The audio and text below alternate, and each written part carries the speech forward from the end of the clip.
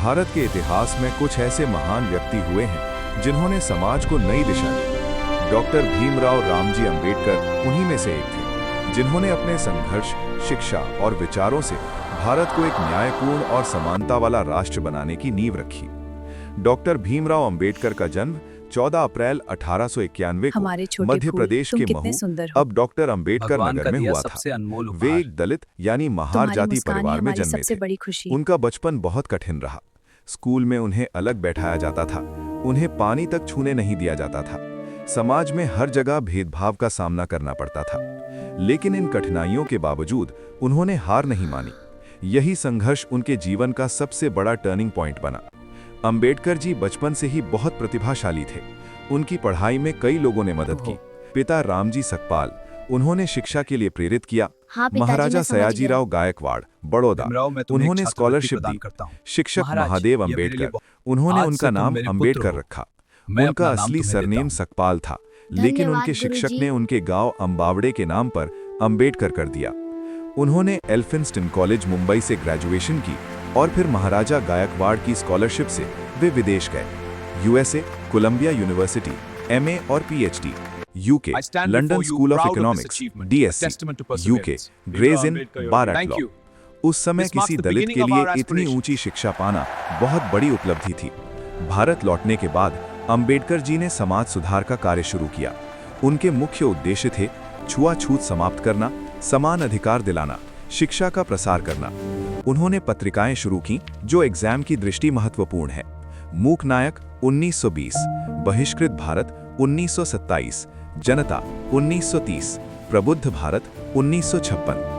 इनके माध्यम से उन्होंने समाज में जागरूकता फैलाई। ऐसे कई आंदोलन जो उनके द्वारा दलितों के उत्थान के लिए की और उसमें उनको अपार सफलताएं मिली। महाड़ सत्याग्रह 1927, दलितों को सार्वजनिक जल स्रोत से पानी लेने का अधिकार दिलाने के लिए। ये समानता की दिशा में ऐतिहासिक कदम था। कालाराम मंदिर प्रवेश आंदोलन, जो दलितों को मंदिर में प्रवेश दिलाने के लिए संघर्ष था। पूना पैक्ट 1932, गांधी जी और अंबेडकर जी के बीच समझौता। दलितों को आरक्षण यानी रिजर्व सीट्स मिला। अंबेडकर जी का तरीका अलग था। उन्होंने सामाजिक और राजनीतिक सुधार के जरिए आजादी में योगदान दिया। गोलमेज सम्मेलन 1930 से 32 में भाग लेकर राजनीतिक अधिकारों की मांग। पूना पैक्ट के माध्यम से प्रतिनिधित्व सुनिश्चित किया और मजदूरों के लिए 8 घंटे का कार्य दिवस, श्रमिक अधिकारों के कानून रूप में। उनका मानना था कि सामाजिक समानता के बिना स्वतंत्रता अधूरी है। उनका संविधान के निर्माण में सबसे बड़ा योगदान दिया। आजादी के बाद डॉक्टर अंबेडकर को संविधान सभा की प्रारूप समिति का अध्यक्ष बनाया गया।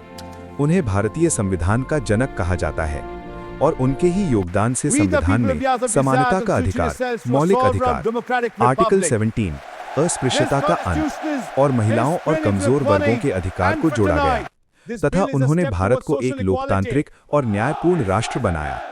1947 में वे भारत के पहले कानून मंत्री बने। उन्होंने हिंदू कोड बिल लाने की कोशिश की। महिलाओं के अधिकार के लिए उनके विरोध के कारण उन्होंने मंत्री पद से इस्तीफा दे दिया। डॉक्टर अंबेडकर ने समाज सुधार के लिए कई संगठन बनाए, जैसे बहिष्कृत हितकारिणी सभा 1924, independent labour party 1936, scheduled caste federation 1942, people's education society 1945। ये सभी एग्जाम की दृष्टि से महत्वपूर्ण है। अंबेडकर जी जाति व्यवस्था से बहुत परेशान थे। इसी कारणवश 14 अक्टूबर 1956 को उन्होंने बौद्ध धर्म अपना लिया। उनके साथ लाखों लोगों ने भी धर्म परिवर्तन किया। उनका प्रसिद्ध कथन जो धर्म परिवर्तन करते समय उन्होंने कहा, मैं हिंदू के रूप में जन्म लिया हूं, लेकिन हिंदू के रूप में मरूंगा नहीं। उन्हें भारत रत्न से 1990 में मरणोपरांत सम्मानित किया गया, जो बहुत ही अन्यायपूर्ण था। उनका निधन 6 दिसंबर 1956 को दिल्ली में हुआ। इस दिन को महापरिनिर्वाण दिवस कहा जाता है। उनके कुछ प्रमुख पुस्तकें लिखी गईं, जैसे annihilation of caste, the problem of the rupee, who were the Shudras. Doctor Bhimrao Ambedkar का जीवन हमें सिखाता है कि संघर्ष, शिक्षा और दृढ़ संकल्प से कोई भी व्यक्ति समाज को बदल सकता है। वे सिर्फ एक नेता नहीं थे, बल्कि एक महान विचारक, समाज सुधारक, अर्थशास्त्री और संविधान निर्माता थे, जिन्होंने अपना पूरा जीवन समानता, न्याय और मानवाधिकारों के लिए समर्पित कर दिया। तो प्यारे देशवासियों, अगर हमारा ये प्रयास आपको अच्छी लगी तो लाइक एंड सब्सक्राइब जरूर करें, और नहीं लगी तो कमेंट करके बताएं कि क्या दिक्कत है। आपको बाबा साहब की कसम।